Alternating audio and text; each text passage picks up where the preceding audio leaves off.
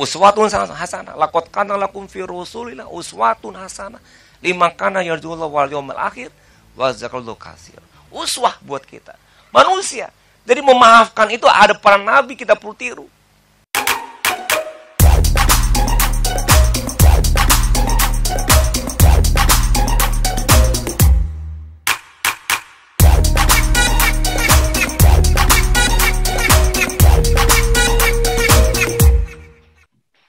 Assalamualaikum warahmatullahi wabarakatuh. Waalaikumsalam warahmatullahi wabarakatuh. Salam berkemajuan dari LPPM Universitas Muhammadiyah Jakarta bersama Profesor and Friends. Sorong papan tari papan, buah keranji dalam perahu, suruh makan awak makan. Mari bersama dengan Prof. Irwan. Kali ini dan siang ini kita akan berbincang santai dengan tokoh yang luar biasa yang menginspirasi banyak orang dengan karya dan pengabdiannya. Dengan siapa kali ini kita, Bu Dr. Tri? Ya, alhamdulillah Mbak Lucy, pada siang ini kita sudah bersama dengan Profesor Irwan Prayitno. Nah, Profesor Irwan Prayitno ini adalah merupakan guru besar di Universitas Muhammadiyah Jakarta. Nah, alhamdulillah juga Profesor Irwan Prayitno adalah sudah merupakan salah satu objek nih dari berbagai kajian yang dilakukan oleh dosen baik secara di medsos ataupun di publikasi ilmiah nih. Jadi kita tidak lagi bicara profesor dari sisi karya, tetapi sudah menjadi objek karya bagi para dosen dan mahasiswa nih. Selamat datang Prof. Irwan. Ya, sama-sama. Selamat datang, ya, selamat juga. Salam hormat. Assalamualaikum warahmatullahi wabarakatuh. Waalaikumsalam warahmatullahi wabarakatuh. Nih Bu Lucy ya, ada yang menarik nih. Prof. Irwan adalah seorang profesor yang mempunyai track record daripada gubernur daripada Sumatera Barat. Ya, Prof ya. Ya. Nah, ini adalah merupakan salah satu kebanggaan kita, kebanggaan daripada Universitas Muhammadiyah Jakarta juga nasional, dan juga beliau telah mempunyai beberapa karya baik secara medsos dalam rangka pengabdiannya nih. Jadi sudah komplit, paket komplit. Baik, Prof. Irwan, kami akan menanya-nanya tentang kiat suksesnya nih Prof ya. Baik, Prof. Irwan, kami lihat dari beberapa penelitian yang ada di di jurnal dan juga di Prosidek dan juga di Google Scholar nih ya. Ada penelitian yang cukup menarik, yaitu tentang analisis framing Profesor Irwan Prayitno. Nah, Prof mungkin malah nggak kerasa ya, ternyata udah jadi objek nih ya. Nah, kira-kira dari demikian itu bisa Prof sampaikan kepada kita semua tentang bagaimana mengelola daripada framing dan juga medsos ini, baik selama pengalamannya selama menjadi gubernur, akhirnya menjadi guru besar. Silakan, Prof. Baik, terima kasih Bu Tri, Bu Lucy. Luar biasa nih, terima kasih juga saya diundang acara ini. Alhamdulillah bisa meramaikan juga kegiatan Prof and Friend ya, kegiatan ini. Iya. Jadi begini, ada dua hal ya Bu Tri ya. Pertama konten ya, konten yang akan di framing atau konten yang akan dipublish, konten yang akan diposting, yang akan disampaikan kepada masyarakat. Itu pertama poinnya. Nah, kemudian yang kedua adalah bagaimana kita mengisi konten itu sendiri ya. Nah, yang susah sebetulnya mengisi konten itu sendiri. Jadi begini, memposting sama isinya. Kalau memposting gampang. Memposting itu kita bisa punya staff untuk membantu memposting, video, merekam, itu bisa teknis. Tapi yang susah itu adalah konten yang akan dipublish. Nah, konten yang akan dipublish itulah yang sebetulnya betul-betul mesti realita, nyata, bukan fiktif, bukan pura-pura, bukan sekedar pencitraan dalam arti tanda kutip tidak benar gitu ya. Nah itu jangan, nanti tuh masyarakat tidak percaya kalau kawan kita bohong-bohongan gitu kan. Nah, jadi konten. Nah, jadi yang ditampilkan konten itu mesti kerja nyata, kerja realita, fakta kita lakukan, kemudian ditampilkan ke media sosial. Jadi framing itu mesti framing yang benar, dan niatnya pun juga niat yang benar, bukan niat untuk pencitraan. Saya nggak mau dengan pencitraan. Niatnya adalah karena saya pejabat publik, maka saya perlu sampaikan apa yang saya kerjakan kepada publik, sehingga mereka tahu apa yang saya kerjakan. Ujungnya ketika ada arahan pembangunan, imbauan pembangunan, dukungan pembangunan, mereka akan mendukung, mereka akan ikut serta membantu kita. Nah, jadi kalau untuk bicara konten yang akan disampaikan kerja nyata itu ya, kalau saya sampaikan ya mesti kita nih harus sungguh-sungguh ya untuk bicara konten ini yang kita mau tampilkan, nah, tampilan kerja yang produk hasil dari kesungguhan kita, dari keseriusan kita, sehingga muncul pemerintahan yang baik dari hasil yang sungguh-sungguh. Ketika diposting tentu mendapat responnya positif. Nah, ini satu ya, artinya kesungguhan itu menghasilkan suatu produk yang jadi konten untuk dipublish, sehingga jadi bentuk framing lah sendiri kepada publik. Nah, saya bacakan pantunnya nih ya. Rendang pedas sudah disuguh, sudah disediakan rendang itik. Kerja ikhlas dan sungguh-sungguh membuat pemerintahan lebih baik. Jadi kerjanya ikhlas, sungguh-sungguh, produknya itu dalam bentuk kinerja ditampilkan di media sosial. Nah, kemudian juga harus kita benar-benar ya sabar misalnya dalam menghadapi masalah, menekuni dengan kesungguhan ya, keseriusan. Nah, insya Allah dengan begitu maka nilai konten itu bermakna. Jadi bukan pura-pura ataupun fiktif. Nah, begitulah Bu Tri kira-kira gitu. Iya. Alhamdulillah nih Pak ya. Kita banyak tercerahkan nih ada pejabat publik yang akhirnya mempunyai satu yang yang itu dunia nyata tadi disampaikan oleh Prof Irwan, keikhlasan dan sabar dalam proses untuk itu. Nah, sedikit lagi Prof. Nah, Prof kan punya track record selama menjadi gubernur nih Prof. Nah, kira-kira nih, adakah yang menarik atau yang ingin diceritakan kepada para pemirsa tentang selama Prof menjadi gubernur nih? Silakan, Prof. Jadi banyak halangan, banyak rintangan, banyak juga suka, banyak duka, banyak macam-macam. Itu pasti ya kita hadapi dalam menjalani pemerintahan 10 tahun. Itu banyak. Tapi semuanya silih berganti. Kalau kita hadapi dengan kesabaran, insya Allah itu bisa dilalui. Nah, ini saya baca dulu pantunnya. Elok memasak di atas tungku, goleng nangka dan memasak semur. Begitu banyaknya lika-liku serta dinamika saat jadi gubernur. Terbang ke anjungan burung merpati, terbangnya tinggi, sayapnya lebar. Halangan dan rintangan pun silih berganti, semua dilalui dengan sabar. Nah, apa yang saya rasakan? Saya jadi gubernur 2010 itu terjadi gempa besar yang meluluh lantakan Sumatera Barat. 197.000 rumah hancur, semua kantor pemerintahan pun sebagian besar runtuh, jalan jembatan juga demikian. Nah, saat itu saya dilantik jadi gubernur di garasi DPRD provinsi karena rusak. Dan saya pun tidak berkantor selama 6 tahun. Jadi kantor saya di rumah. Nah, itu yang sangat berkesan karena kita mengutamakan pembangunan masyarakat agar pulih cepat dan mengakhiri pembangunan yang ada di pemerintahan supaya pelayanan publik dan juga pembangunan masyarakat lebih dulu. Nah, itu kesan pertama, dan kesan terakhir ternyata diakhiri pula dengan bencana kesehatan yaitu COVID. Jadi nasib saya nih Bu Tri diawali dengan bencana, kemudian diakhiri juga dengan bencana juga. Nah, itu kondisi kita pada saat itu ya.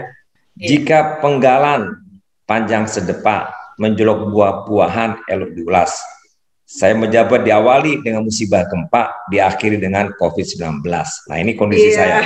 Nah, jadi begitulah pengalaman Bu. Kalau yang suka dukanya pasti banyak sekali. Cuma yang paling kentara diawali dengan bencana, diakhiri dengan bencana juga, dan itu punya kiat sendiri yang mungkin agak sulit untuk dijelaskan secara detail begitu. Silakan Bu Tri. Ya, alhamdulillah nih Bu Lucy ya. Iya. COVID-19 juga kita sikapi sebagai sesuatu yang positif ya, Prof Irwan ya.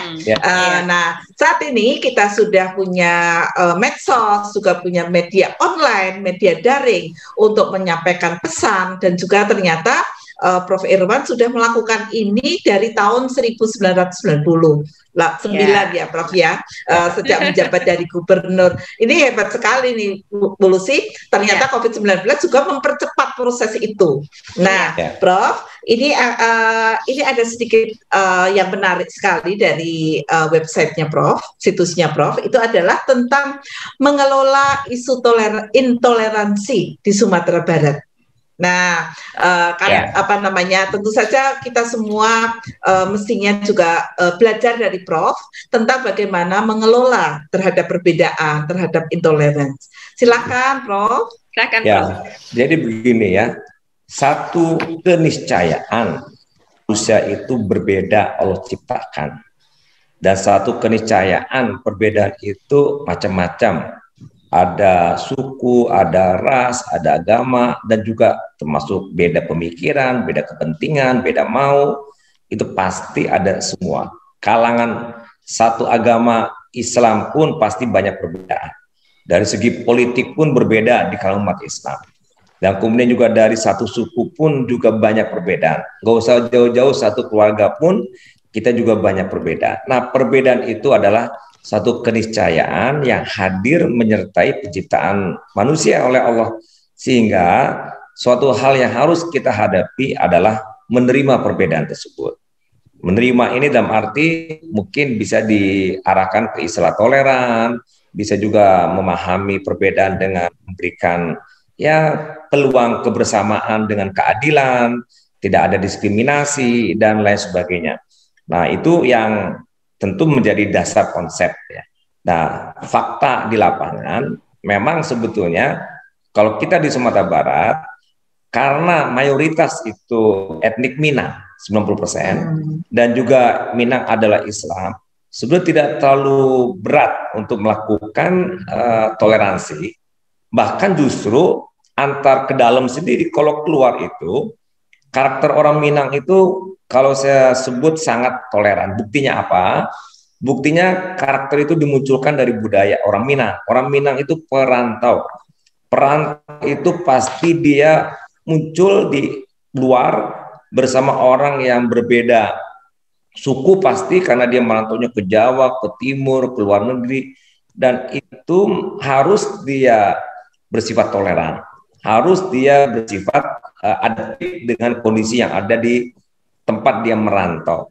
Seperti ada juga pepatah di mana langit dijunjung, di situ bumi dipijak. Ini menggambarkan adaptifnya orang Minang dimanapun dia berada, dan berarti juga dia bisa toleran, artinya dia bisa menerima perbedaan yang ada di luar. Dan terbukti sampai saat ini saya belum mendengar orang Minang yang merantau itu punya masalah sampai konflik dengan masyarakat tempatan, masyarakat lokal, dia tinggal di situ nggak pernah ada konflik, nggak pernah ada keributan. Walaupun dia hadir pada waktu terjadi di Ambon misalnya, itu nggak ada etnik Minang ikut terlibat. Terjadi kemarin di Papua, tidak ada etnik Minang terlibat. Yang terjadi di Sulawesi Tengah, di Kalimantan Tengah juga tidak ada etnik Minang yang terlibat. Dan termasuk juga yang jadi ini satu contoh sebagai karakter memang sudah demikian. Nah, termasuk juga yang ada di Sumatera Barat.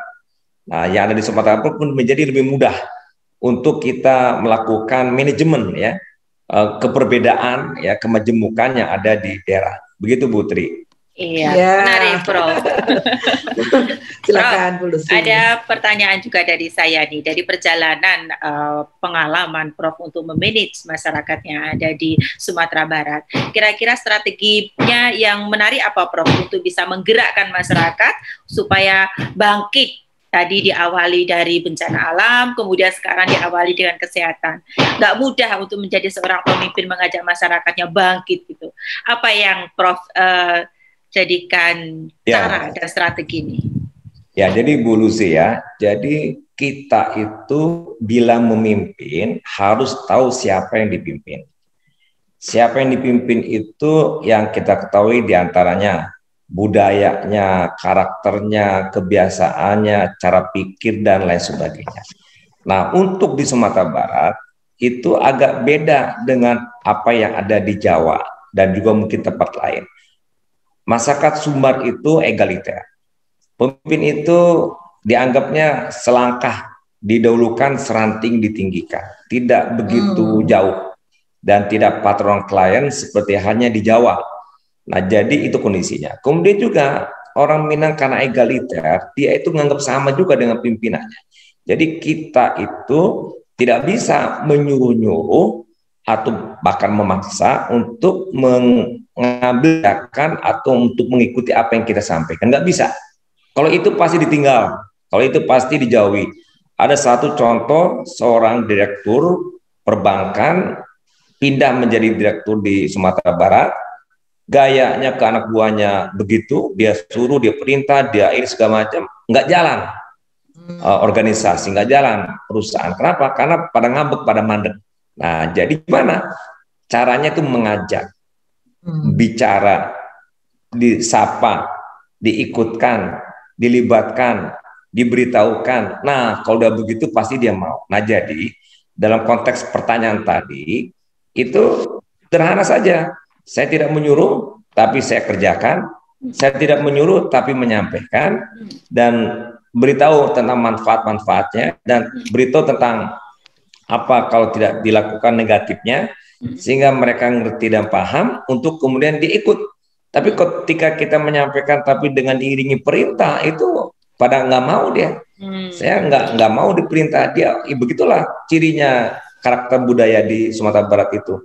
Sehingga kita perlu mencontohkan yang kemudian nanti diikuti dan informasi pun di sana. Jadi saya rasa begitu. Nah, kemudian tentu tangan pemerintah nggak cukup. Nah, kita bekerja sama dengan Forkopimda, jajaran Kapolda, jajaran TNI, dan seterusnya.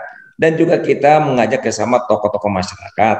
Ada alim ulama, ada Cadi Pandai, ada Buno Kanduang, ada para pemuda, itu bisa diajakin semua.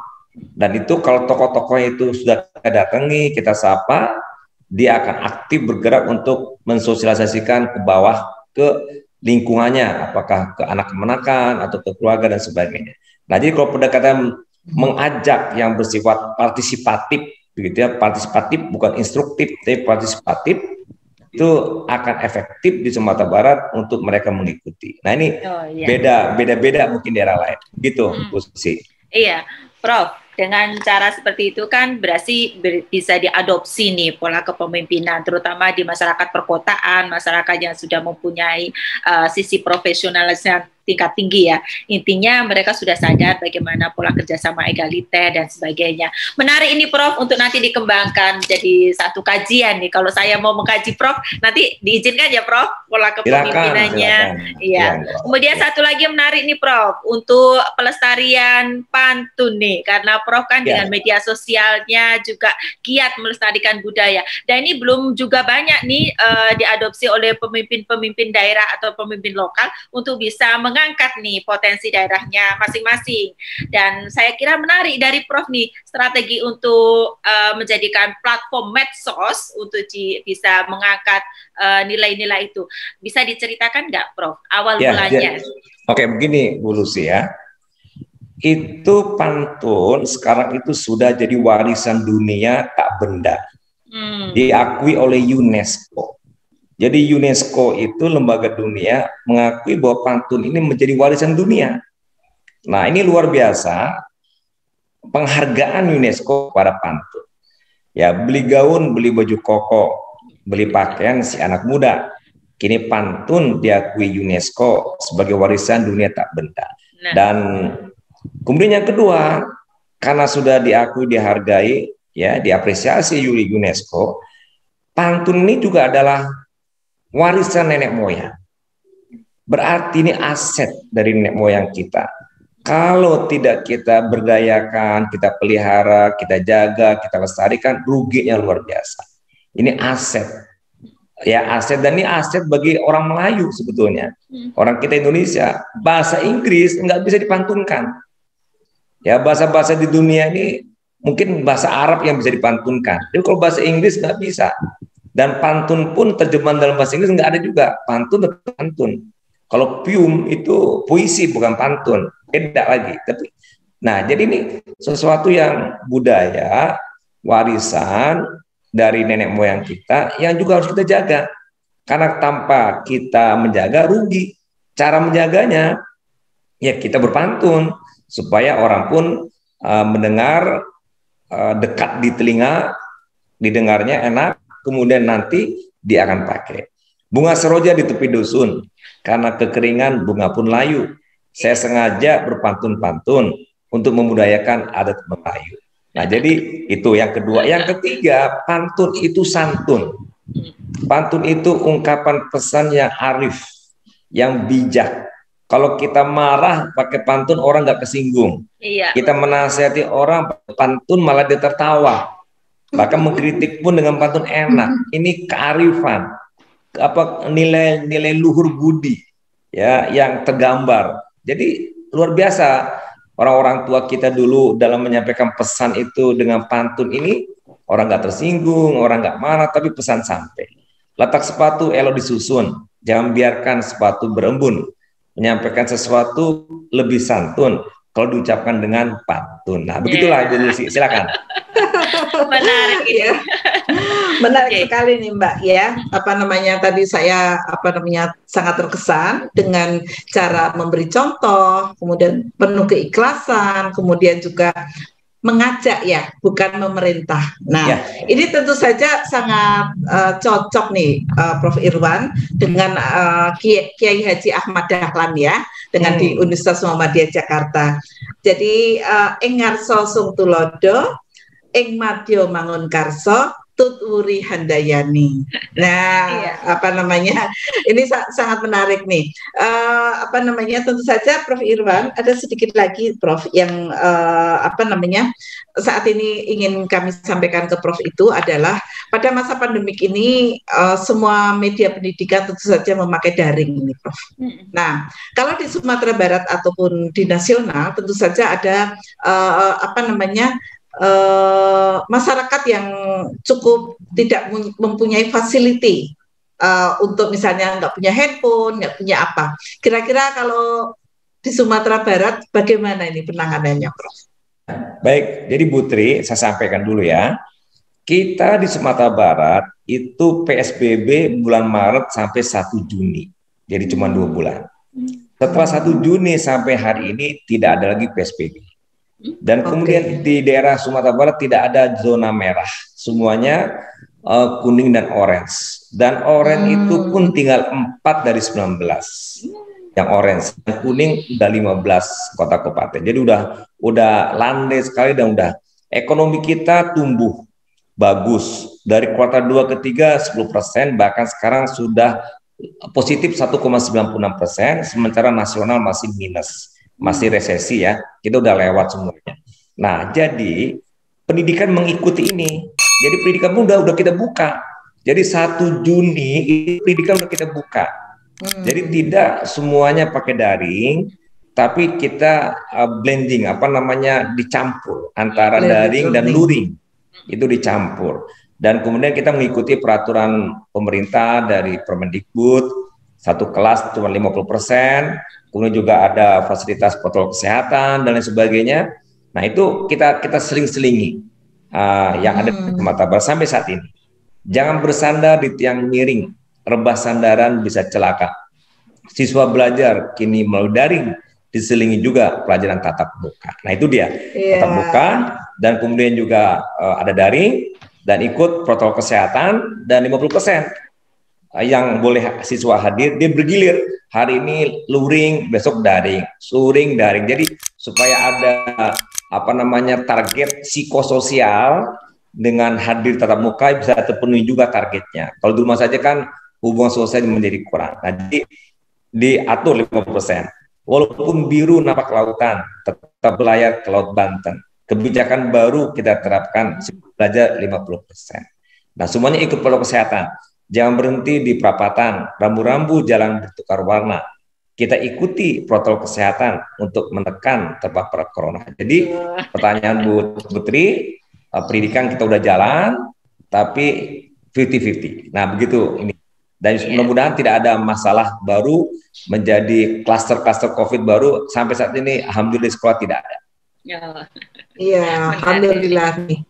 Ya, silakan Prof. Irwan untuk menutup daripada statement dari Prof terkait dengan pesan kepada kita semua tentang apa yang sudah Prof lakukan dan juga pengalaman-pengalaman Prof selama memimpin yang tidak disangsikan lagi ya, memimpin seorang gubernur, tokoh nasional, kemudian sekarang ini menjadi profesor ya, baik di UMJ ataupun di tempat lain, dengan semua karakter yang ada, Prof bisa menyatukan. Silakan Prof untuk menyampaikan. Putri ya, Bu Lucy, ada dua kata pesan. Pertama, berbuatlah baik, berbuat baik. Itu pertama.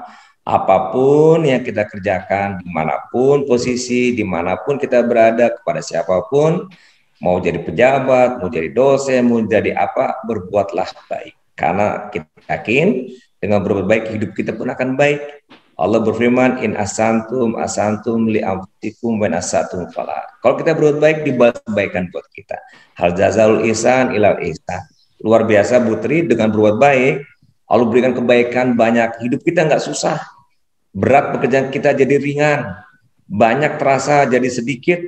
Dan kemudian semuanya diberikan kemudahan. Wa matakillaha ya jalahu makhroja, diberikan jalan keluar dan sebagainya. Nah, ini poin pertama, tebarlah kebaikan. Insya Allah kita akan menuai kebaikan. Tanamlah kebaikan, insya Allah kita akan memanen kebaikan. Sebaliknya, kalau kita berbuat jahat dan sebagainya, berbalik kepada kita.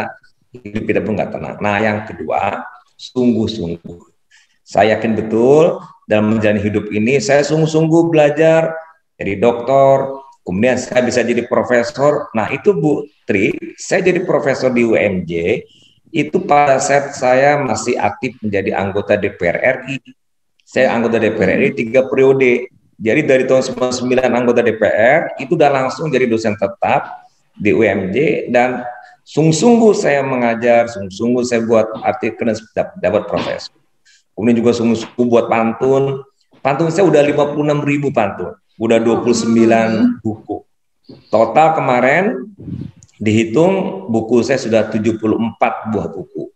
Jadi ada buku pendidikan Islam ada 14, ada buku tentang pemberdayaan SDM ada 5, ada buku tentang anak ya, pendidikan anak ada juga 5, ada mengenai kemasyarakatan ada 10, kemudian banyak lagi pantun juga. Itu kesungguhan.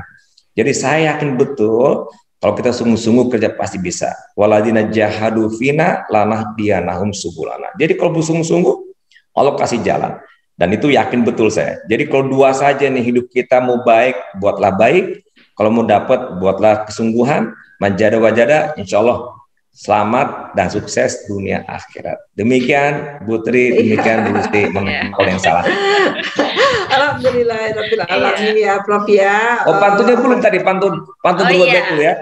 Orang Bengkulu berbaju batik, pergi santap, duduk di lesehan. Tetaplah kita selalu berbuat baik, jangan berharap dapat balasan. Itu ikhlas. Menjadi mantan tak lari sih.